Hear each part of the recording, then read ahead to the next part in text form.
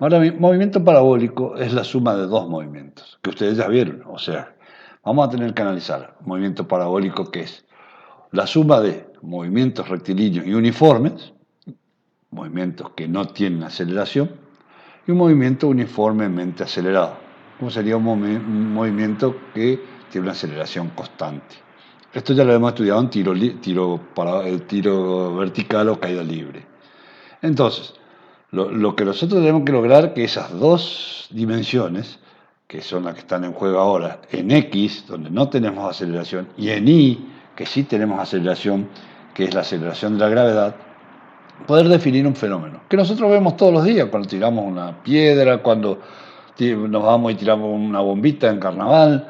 Cualquier movimiento de tiro parabólico es simplemente un análisis en dos dimensiones.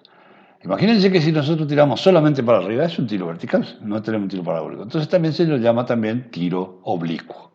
Ahora, analicemos unos movimientos simples como los siguientes, ¿sí? Supongamos que vamos en un viaje de turismo, llegamos a Sicilia, a la isla del sur de Italia, y vamos a visitar el Etna. O nuestra suerte, llegamos y el Etna está en erupción. ¿Qué significa esto? Que del centro de la Tierra están saliendo miles y miles de kilos de lava en forma líquida, porque está lava sólida, que ya no es más lava, sino sería piedra. La lava, como ustedes pueden ver en este gráfico, va describiendo distintas trayectorias, distintas alturas. Ergo, estamos teniendo partículas con distintas velocidades. ¿Qué diferencia tienen estas partículas que están saliendo del volcán? Si ustedes me ven a mí jugando al básquet aquí, donde ustedes ven que yo estoy tirando al aro y que un hermoso doble estoy haciendo. ¡Ah! ¿Qué no me van a creer que soy yo? Bueno, simulemos que soy yo. La trayectoria de la pelota, como ustedes pueden ver acá, cambiamos el puntero. ¿Sí? Con el puntero ponemos láser. La trayectoria de la pelota viene a ser como si fuera una partícula de lava, donde la trayectoria va a depender del ángulo que yo le entregue a la pelota, de la fuerza que yo haga con las piernas y con el brazo, y de la altura que esté el aro, donde yo pretendo que llegue la pelota. Y fíjense que la altura que está el aro acá, la pelota, a esta altura, está en dos posiciones, aquí y aquí. Entonces, en estos dos puntos. En estos dos puntos, la pelota está, supongamos, no tenemos una altura, supongamos que son 2,20 metros. Vamos, poner 3 metros, digamos. ¿Sí? Si tuvieran 3 metros en esa altura, yo tengo que tener la posibilidad de calcular los tiempos a esta altura y esta altura, las velocidades en esta posición y en esta posición. Pero a su vez, yo tengo que tener la posibilidad de calcular a qué distancia va a estar la pelota en este tiempo, cuando está a 3 metros, o este tiempo, también está a 3 metros de altura. Son dos distancias diferentes, porque mi sistema de referencia yo lo voy a fijar en donde yo estoy tirando el aro. ¿Sí? Ahora, entonces, tenemos que hacer unas aproximaciones fundamentales cuando hablamos de tiro parabólico. La primera de ellas es que la aceleración G es constante a lo largo de todo el movimiento y tiene en dirección al centro de la Tierra. G es constante y dirección al centro de la Tierra. El efecto de la resistencia al aire es despreciable. Acuérdense lo que hizo el experimento que vimos en el clip anterior, donde el experimento de Galileo, veíamos que una pluma y una bola de bowling caían a la misma velocidad, con la misma aceleración, dentro de un tubo completamente vacío. Para nosotros siempre está vacío, o sea, el efecto de la resistencia al aire es despreciable. La velocidad inicial del objeto es pequeña, con lo cual podemos despreciar el rozamiento. El rozamiento ustedes no conocen todavía porque vamos a ver más adelante cuando vemos dinámica de una partícula, pero por ahora ya ustedes, hay algo que se llama rozamiento que ustedes no conocen todavía, pero saben que existe. ¿Cuándo ustedes saben que existe? Cuando se caen de rodillas contra el piso, vienen corriendo y se hacen unas peladuras terribles de rodillas. Es el rozamiento de la rodilla de ustedes con el piso, o sea que el rozamiento lo conocen, no saben calcularlo todavía. ¿Sí? Después, otra de las suposiciones que debemos hacer es que las distancias recorridas son pequeñas. ¿Por qué? Porque entonces podemos suponer que la superficie de la Tierra es plana. Si Si nosotros sabemos que el radio de la Tierra, el diámetro de la Tierra son 6.000 kilómetros, el radio 6.000 kilómetros, si nosotros tomamos una distancia de 4.000 kilómetros, la Tierra deja de ser plana, sino tiene una forma. ¿Qué forma tiene la Tierra? Como su nombre lo indique, forma de tierra, tiene forma geoide, achatada en los polos y ensanchada en el ecuador. Por lo tanto, ya no va a ser más una esfera y no va a ser más plano. Por lo tanto, las distancias recorridas en el eje X, o sea, donde no tenemos aceleración, son pequeñas. ¿Qué otras condiciones queremos hacer? Para la altura máxima del objeto es también pequeña comparada con el objeto de la Tierra, ¿sí? Dado que la aceleración G varía con la altura, no es la misma aceleración en el Everest que aquí. ¿Por qué? Porque la aceleración G es la fuerza, o sea, la fuerza con que atrae el centro de la Tierra a un cuerpo que esté a una distancia del centro mismo. Ahora, ¿dónde se hace cero la aceleración de la gravedad? ¿Dónde la G no se puede notar más? En el infinito. ¿Qué quiere decir eso? Que G siempre va a existir, mayor o menor medida. A medida que nos alejamos de la Tierra, la gravedad va a ser menor, que es con qué fuerza va a traer a la Tierra cualquier otro concepto. Estos conceptos vamos a manejarlos de ahora en adelante en todas las transparencias que hagamos y todo lo demás. A partir de este momento, y ahora vamos a ver y algo que no debemos olvidarnos, que la Tierra está en reposo. La Tierra no está en reposo, la Tierra se está girando y se está trasladando, ¿sí? Por eso tenemos un día de 24 horas, porque está girando, y tenemos un año de 365 días, porque se está trasladando, ¿sí? Por eso tenemos invierno y verano, porque tienen un distinto ángulo de la Tierra. Todos esos son movimientos que, en realidad, tenemos que asumir que está en reposo, pero sabemos que está en reposo. Este es el famoso caballo esférico y sin rozamiento que vamos a estudiar en física. Cuando tengamos una clase presencial, les voy a contar el chiste del caballo esférico, pero ahora no da para contarlo. Por último, el clip que vamos a ver ahora es de la Universidad Nacional de Educación a Distancia en España. Los mismos conceptos que nosotros tenemos que dar, los mismos conceptos los van a encontrar en las transparencias que yo les voy a agregar después. Además, fíjense que les voy a agregar unas transparencias donde hay algunos conceptos que yo quiero recalcarles que no están bien.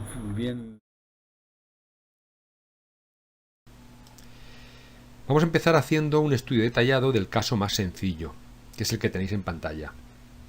Si tenemos claro este ejemplo, las demás variantes del tiro parabólico no ofrecerán ningún problema. Estos serán los tres primeros puntos que desarrollaré. Primero, la descomposición de la velocidad inicial. Segundo, el estudio de la posición en el tiro parabólico. Y tercero, el estudio de la velocidad en el tiro parabólico. Vamos con la descomposición del vector velocidad inicial. Ya hemos dicho que el movimiento parabólico se puede estudiar como composición de dos movimientos perpendiculares, uno en el eje X y otro en el eje Y. En la figura que tenéis en pantalla se aprecia cómo le comunicamos una velocidad inicial v al objeto. Esa velocidad forma un cierto ángulo con el eje horizontal. Pues bien, nuestro primer paso será descomponerla en componentes perpendiculares v sub x y v sub y. ¿Cómo se hace eso? Vamos a verlo. Tenéis ahora en pantalla una ampliación del vector velocidad inicial.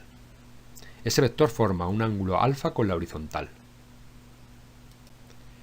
Proyectando dicho vector v sub 0 en ambos ejes, obtenemos v sub 0x y v sub 0y. Es decir, la velocidad inicial en el eje X y en el eje Y.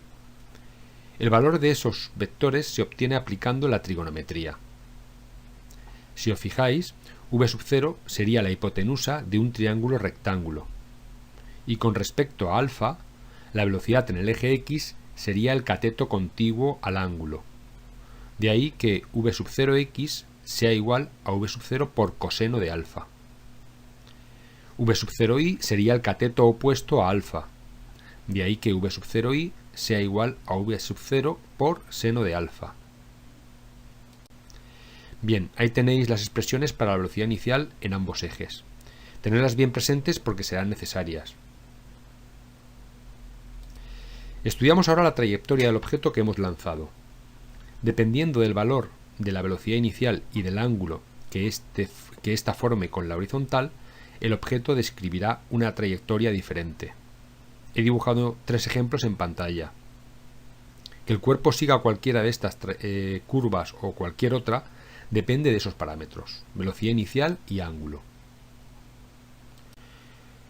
Elijamos una de esas curvas y veamos qué hace el objeto en diferentes instantes de tiempo. El objeto es lanzado desde el origen de coordenadas con una velocidad inicial y un ángulo dados. Un tiempo t1 después, el cuerpo ocupa la posición x1 y 1 que veis en pantalla. En el instante t2, el cuerpo ocupa la posición x2 y 2. Y en el instante t3 ocupa la posición x3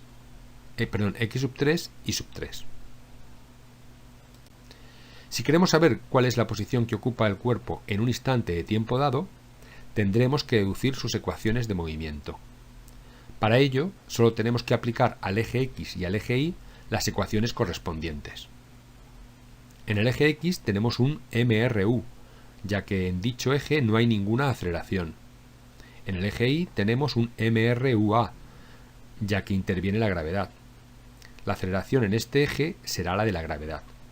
Pues bien, la posición en el eje X es igual a x0 más velocidad por tiempo, que es la ecuación para la posición en el mRu. La posición en el eje Y será igual a y0 más v0 por t más un medio de la aceleración por el tiempo, que es la ecuación para la posición en el mRuA. Vamos a adaptar esas ecuaciones al caso que tenemos aquí. Se pueden simplificar bastante. Si el objeto se lanza desde el origen de coordenadas, x0 e y0 son 0. Es decir, desaparecen de las ecuaciones. La velocidad inicial en el eje X será v0x, que ya dedujimos anteriormente. La velocidad inicial en el eje Y será v0y, que también dedujimos anteriormente. He escrito ambas expresiones arriba en pantalla. La aceleración en el eje Y será g, y como apunta hacia abajo será menos g. Por eso cambia el signo en el término un medio de gt cuadrado. La ecuación de la Y. Estudiemos ahora la velocidad. Hemos dicho que en el eje X no hay aceleración. Si esto es así, v(x) no deberá cambiar en todo el trayecto. Es decir, la velocidad horizontal no cambia. Siempre es la misma y coincide con v0x que ya conocemos. Fijaos en el dibujo.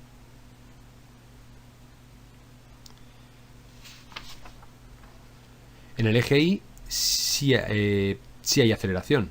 Eso significa que v(y) cambia constantemente. Fijaos cómo se va haciendo más pequeño conforme sube el cuerpo en su trayectoria. En el punto más alto, v(y) se anula. Por eso el objeto no sube más. Y a partir de ahí empieza a aumentar, pero apuntando hacia abajo. Recordemos que es la aceleración de la gravedad la causante de este cambio. Y recordemos que la gravedad apunta hacia abajo. Escribamos ahora las expresiones para la velocidad en un tiempo dado. En el eje X, v(x) será siempre igual a v0x, cuyo valor ya conocemos. v0x es igual a v0 por coseno de alfa. En el eje Y, v(y) es igual a v0y más aceleración por el tiempo, es decir, el valor de v en el mRuA.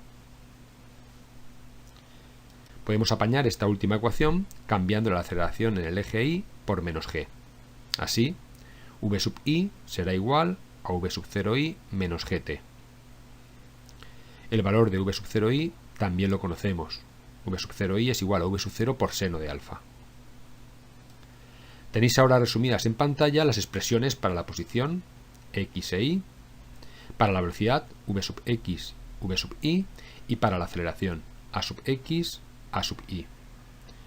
También está la descomposición para la velocidad inicial en v0x y v0y. Podéis hacer una foto o captura de pantalla para tenerlas todas juntas, aunque como veréis, Al resolver problemas, lo más importante es que sepamos deducirlas a partir de las expresiones para el movimiento rectilíneo y para el movimiento rectilíneo uniformemente acelerado.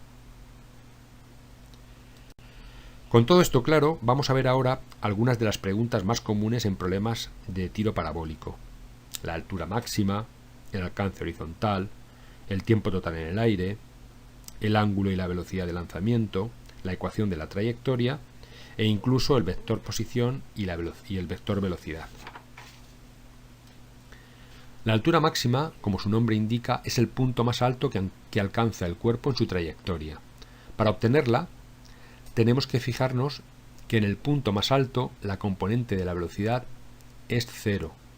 La componente I de la velocidad es cero, como vimos al estudiar la velocidad en toda la trayectoria. Ese será el dato clave. En el punto más alto de la trayectoria, v sub i es igual a 0. Cogemos la ecuación para v sub i, que ya conocemos, y hacemos v sub i igual a 0. Normalmente, en esa expresión lo sabemos todo menos t. Calculamos t y sustituyendo en la ecuación de i obtendremos la i máxima. Esto se verá muy claro cuando resolvamos problemas. Quedaros con que para calcular i máxima hay que hacer v sub i igual a 0. El alcance horizontal es el punto sobre el eje X en el que cae el objeto, como se ve en la figura. Cuando el objeto cae, ¿cuál es su altura? 0, evidentemente. Pues ese es el dato clave. El alcance horizontal se calcula haciendo i igual a 0.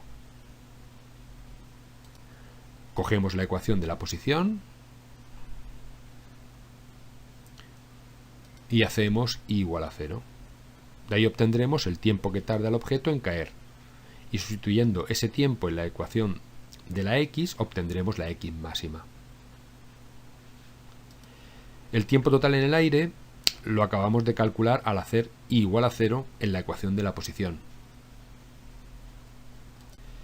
Los problemas que presentan normalmente mayor dificultad son aquellos en los que nos dan el alcance horizontal o la altura máxima y nos piden la velocidad inicial o el ángulo que forma. En el apartado 1.6 veremos algún ejemplo. También nos pueden pedir la ecuación de la trayectoria. Se calcula como siempre. Partimos de las expresiones para la posición y nos deshacemos del tiempo. Despejamos t en la ecuación de la posición x, t igual a x partido v sub 0x, y sustituimos ese valor de t en la expresión de la y. Obtenemos así la ecuación de la trayectoria, que como veis es una función de segundo grado, una función cuadrática, con lo que la trayectoria, como ya sabíamos, es una parábola. Si nos piden el vector posición, partimos de las ecuaciones para la posición y las ponemos en forma vectorial. El vector posición será igual a v sub 0x por t i más v sub i por t menos un medio de g por t cuadrado j. Si nos piden el vector velocidad, pues lo mismo. Partimos de las expresiones para v sub x y v sub i y las ponemos en forma vectorial. El vector velocidad será igual a v sub 0x i más v sub 0i menos g por t j. Bueno, hasta aquí hemos analizado en profundidad el caso más sencillo del tiro parabólico. Nos queda por ver un par de variantes. No preocuparos porque si tenéis claro todo lo anterior, estos dos casos que veremos ahora serán tan sencillos como el que hemos analizado anteriormente.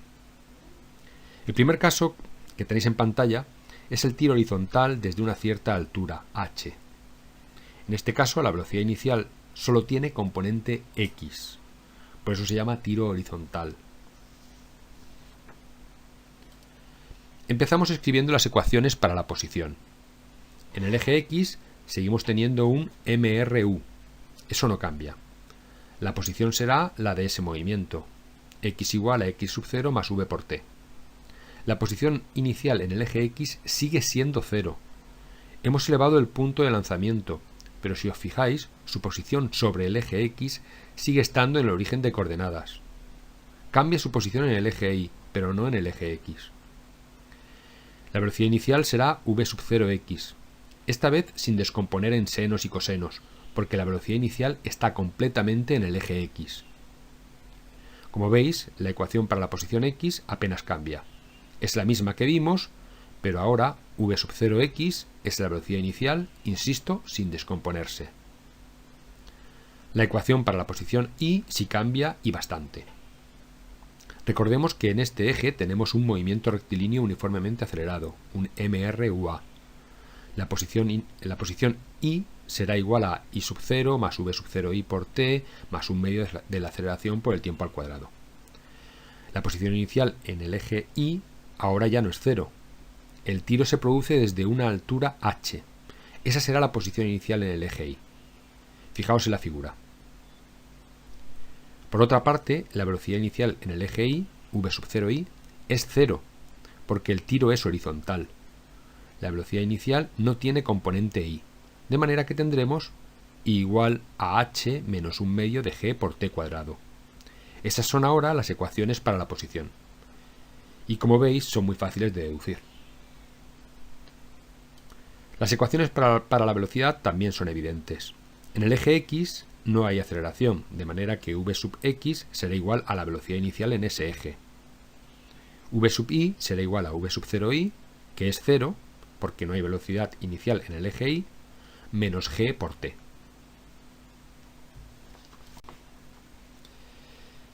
Y vamos a por el último caso. En principio el más complicado, pero con todo lo que hemos visto será tan fácil como los anteriores. Os invito a que paréis el vídeo y escribáis en un papel las ecuaciones para la posición y para la velocidad. Venga, ánimo, ya veréis cómo sois capaces.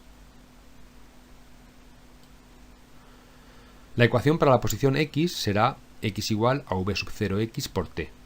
La posición inicial en el eje x sigue siendo 0, como en los casos anteriores. Ahora, v sub 0x sí que será la componente sobre el eje x de v sub 0, es decir, será v sub 0x igual a v sub 0 por coseno de alfa, como vimos al principio. La posición en el eje Y será igual a la posición inicial, h, más la velocidad inicial en el eje Y, que aquí no es 0, sino v sub 0i igual a v sub 0 seno de alfa, y luego tendremos el término menos un medio de g por t cuadrado. Las ecuaciones para la velocidad son las que tenéis en pantalla. V sub x es igual a v sub 0x, la velocidad en el eje x es constante e igual a la velocidad inicial sobre este eje, v sub y será igual a la velocidad inicial en ese eje, v sub 0i, menos g por t. Para finalizar os pongo las figuras y las ecuaciones de los casos que hemos analizado. Os aconsejo que no las memoricéis. Coger las ecuaciones para el MRU y para el MRUA y tratar de obtener las ecuaciones para cada uno de los casos que tenéis en pantalla. Si domináis esto, el tiro parabólico no supondrá ningún problema para vosotros.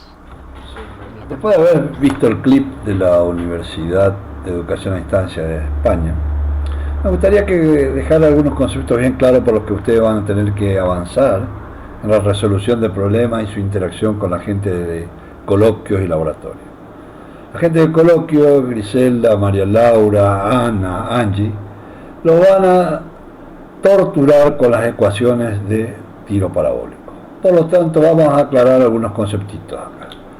Supongamos que nosotros estamos queriendo calcular la velocidad y la posición de una partícula moviéndose en tiro oblicuo como una función del tiempo. ¿Qué significa eso?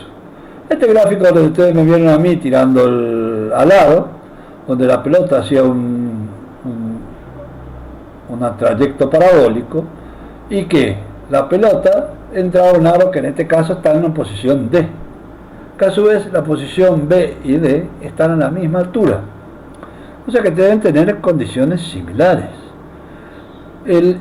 Este cuerpo, cuando yo miro cuáles son los vectores que están involucrados aquí, tengo este vector que es G. Fíjense, G va siempre en dirección al centro de la Tierra. Si yo tomé mis ejes de referencia X, Y, donde X crece hacia la derecha e Y aumenta hacia arriba, por lo tanto acá yo voy a tener un versor U sub X apuntando hacia arriba y un versor U sub Y apuntando hacia arriba y un versor U sub X apuntando hacia la derecha. El valor de G, ergo, va a ser menos U sub I por G. ¿Por qué menos U sub I? Porque está en la dirección contraria al eje que yo tomé como positivo de I. Por eso G siempre va a ser negativo para nosotros. Ese negativo tiene que ver con la dirección. Ahora, en esta trayectoria vamos a tener distintos puntos, importantes puntos que vamos a calcular. Este punto, la salida, un punto cualquiera de la trayectoria, cualquiera de ellas, este punto que es el punto que está a la altura máxima y este punto que es el alcance que tiene el proyectil. Por ejemplo, si yo quiero bombardear con una bombita de agua, una guaina que está en un carnaval, tengo que llegar de A hasta E, tengo que calcular cómo que la bombita le pegue justamente a él.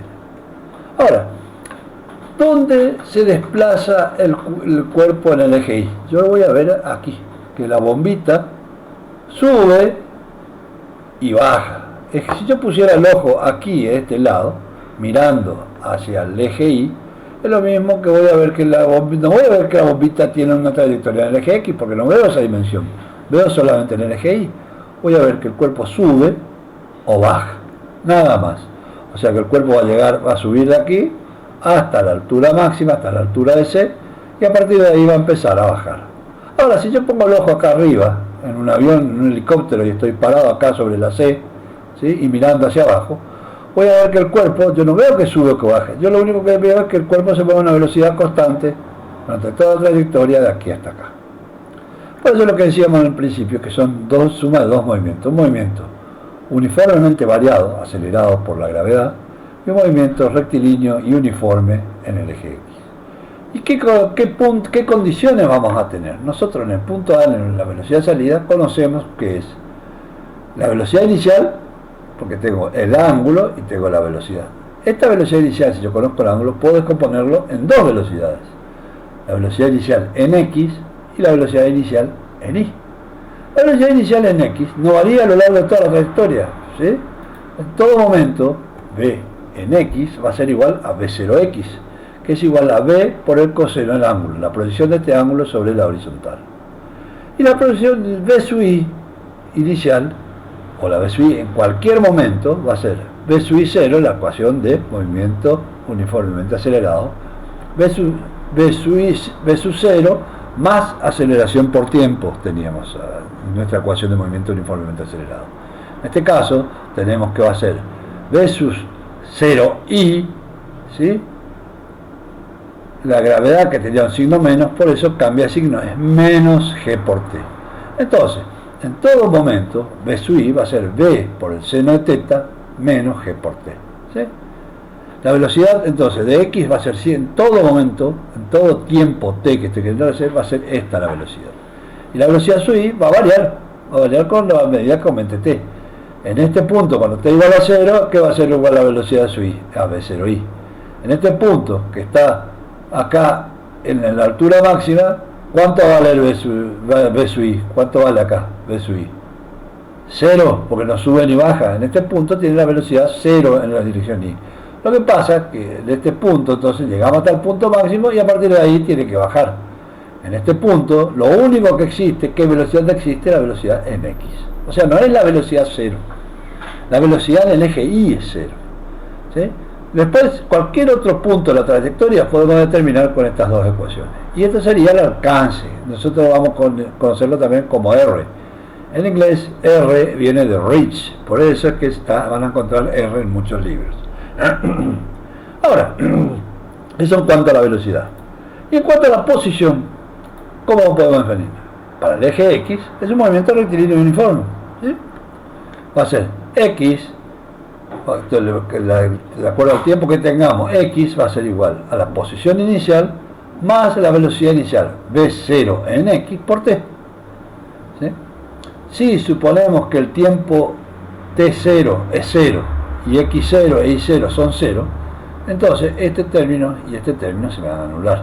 Por lo tanto x en todo momento va a ser b0x por t, este término.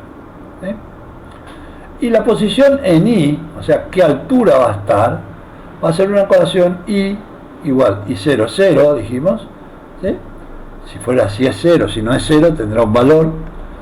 Va a ser más b0 y t, y acá otra vez menos g, porque la gravedad es negativa. ¿Sí? Menos un medio de gt cuadrado.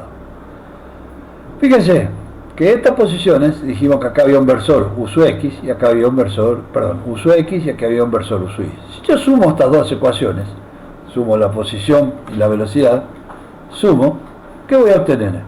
Voy a tener cómo yo puedo definir la velocidad y la posición en cualquier instante. Yo puedo decir que la velocidad de esta partícula en cualquier instante, ¿a qué va a ser?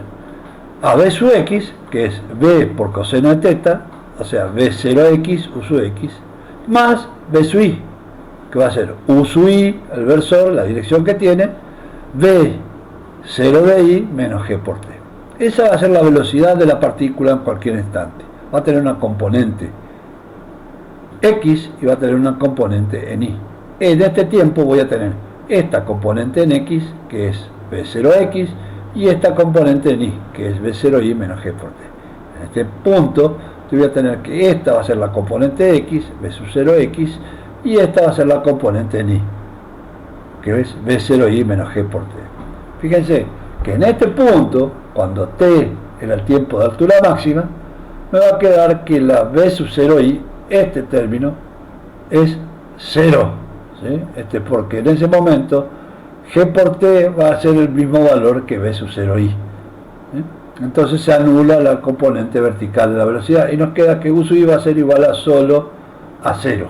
B. ¿Sí? Ahora, ¿qué posición voy a tener? Este punto, ¿cómo lo defino? O este punto, ¿cómo lo defino? O este punto cualquiera, ¿cómo lo defino? Simplemente sumando estas dos ecuaciones. La posición R, o sea, este punto que va desde A a D, el desplazamiento del cuerpo de A a D, es la suma de dos vectores, de este vector, u sub i por i, más u sub x por x. ¿Eh? Entonces, podemos sumar estas dos ecuaciones y me queda que es. En el eje x tengo b sub 0x por t únicamente, que es esto, b0x por t, en la dirección u sub x, más la componente u sub i, que es, acá falta un corchete, o el paréntesis llevarlo acá afuera, ¿sí? Este está un error acá que hay que corregirlo. U sub i menos, va a ser u sub i, que multiplica b0i menos un medio de g por t cuadrado. Acá vendría paréntesis inicial, acá paréntesis final. Este error hay que corregirlo, ¿sí? Bien, entonces ahí tenemos la velocidad y posición en todo momento como una función de t. Cuando yo lo muestro, otra vez soy yo tirando y no hay ninguna diferencia entre el gráfico anterior y yo tirando al aro. La cosa es exactamente lo mismo. La velocidad en este punto, ¿cómo calculo? Con esta ecuación. O sea, no es una sola velocidad v. La velocidad va a tener dos componentes, en x y en y. Y cuando yo digo la posición de la pelota en este punto, ¿cómo calculo? Voy a tener que calcular una posición x, de donde yo tiré, y una posición y, que va a ser la altura que va a estar, ¿sí? Entonces siempre voy a tener que definirlo como una posición x y una posición y, porque es un movimiento en dos dimensiones. Bien, entonces, ahora si yo tengo la ecuación, dijimos que x en todo momento, la ecuación del x es b0x por t, que es b coseno de teta por t. ¿Sí? Y la posición y es, si y0 y x0 son 0, b sub 0 y t menos un medio de gt cuadrado, que es esta ecuación. ¿Sí? Ahora, si yo despejo t de esta ecuación, que va a ser x sobre b inicial por coseno de teta, y la reemplazo aquí, esa ecuación me da la ecuación de la posición en cualquier instante. Me da una ecuación de este tipo, ¿sí? Donde y es una función de x, si yo conozco el ángulo. Entonces, yo conociendo, si me dicen, ¿a qué altura va a estar un cuerpo que se dispara a 30 grados y a 10 metros por segundo cuando está a una distancia de 5 metros que tiró al largo. Entonces ustedes tienen el ángulo, tienen X, tienen B0, tienen G, entonces puede calcular a qué altura va a estar. ¿Sí? O si no, simplemente aplican la ecuación de R, se calculan el término de que tienen el término de I para la altura. Pero esta es la ecuación de la trayectoria. O normalmente le dan la altura y la distancia de que disparó, ¿sí? Y le preguntan el ángulo de disparo si saben la velocidad, o la velocidad si saben el ángulo de disparo, que es una forma también, pero es simple la deducción de la trayectoria, ¿sí? La ecuación de la trayectoria. ¿Por qué queda en esta forma? Porque es una forma de una AX más BX, es una ecuación de una parábola. Por lo tanto, tiene dos raíces, una X y otra X. La X va a tener dos valores, X1 y X2. Una cuando sube y una cuando baja. Normalmente en clase yo le digo, ¿cuántos litros de leche da una vaca en subida? Lo mismo que en bajada. O sea, la velocidad a 5 metros va a ser la misma que la velocidad a 5 metros de bajada, solamente que cambia la dirección, el módulo es el mismo. Sube a 5 metros la velocidad, a 5 metros de altura, cuando sube es hacia arriba y cuando baja es hacia abajo, o sea, cambia el signo de la velocidad. ¿Sí? ¿Y cuál es la altura máxima que llega? Habíamos hablado de una condición particular de la altura máxima. La altura máxima era el punto donde la velocidad velocidad en la dirección Y se hace 0. En este punto tengo solamente V sub X.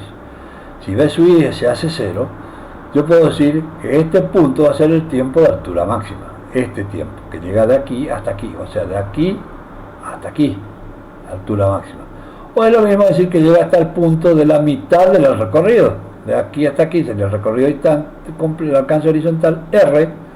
Por lo tanto, para llegar a la mitad tengo que estar el tiempo de altura máxima. Entonces, dijimos que la velocidad en Y se anula y que durante ese tiempo se desplazó una distancia h a lo largo del eje Y. Reemplazando las ecuaciones que ya conocemos, podemos decir que el tiempo de altura máxima simplemente, fíjense que V igual a V0, V final era igual a V0 menos G por T. ¿Sí? Yo paso G por T para el otro lado y me quedaría G por T y nos queda que es V0 por seno de teta. ¿Sí?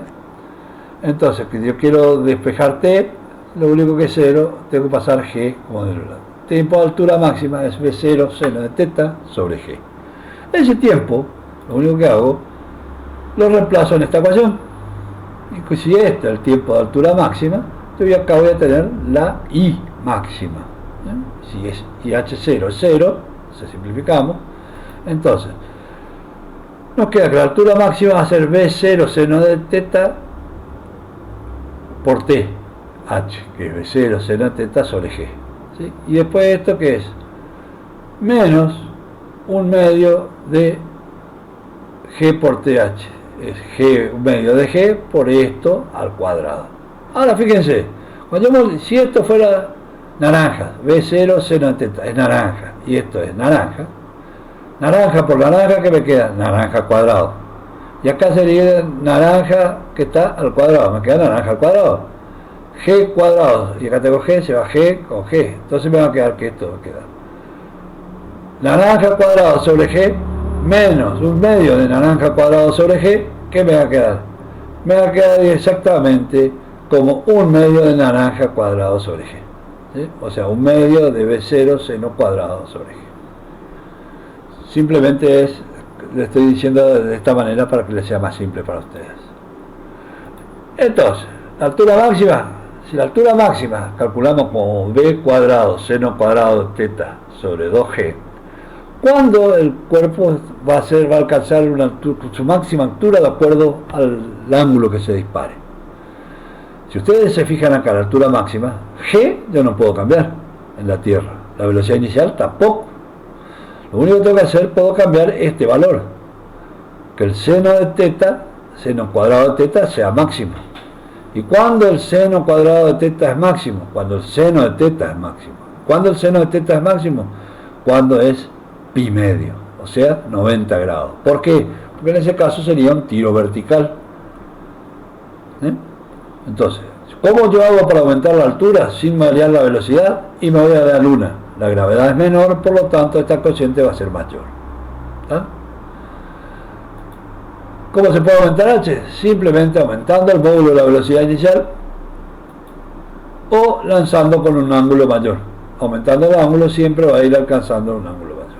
¿Por qué? Hasta que llegue a 90 grados. O lanzando un sitio con la aceleración menor. Ahora, ¿cuál es el ángulo con el cual se alcanza la máxima altura? Cuando se nos intenta más, según dijimos. Entonces, ¿cuál es el alcance? Si dijimos que para llegar a la mitad de R ocupaba la mitad del tiempo, para alcanzar la mitad de R necesitaba un tiempo de altura máxima. ¿Cuánto tiempo va a alcanzar para llegar a la distancia R? Y 2 veces el tiempo de altura máxima.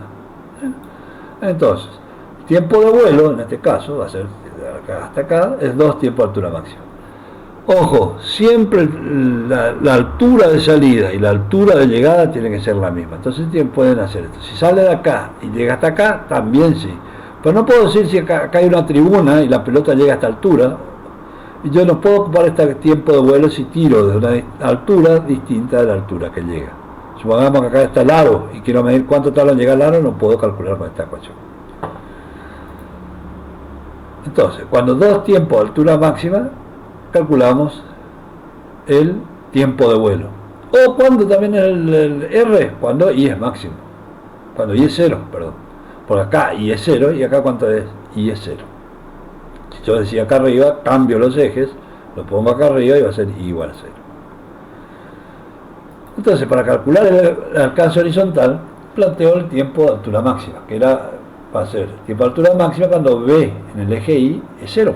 Por lo tanto, el tiempo de altura máxima es B sub 0I sobre G. Ahora yo multiplico por 2 y va a ser el tiempo de vuelo.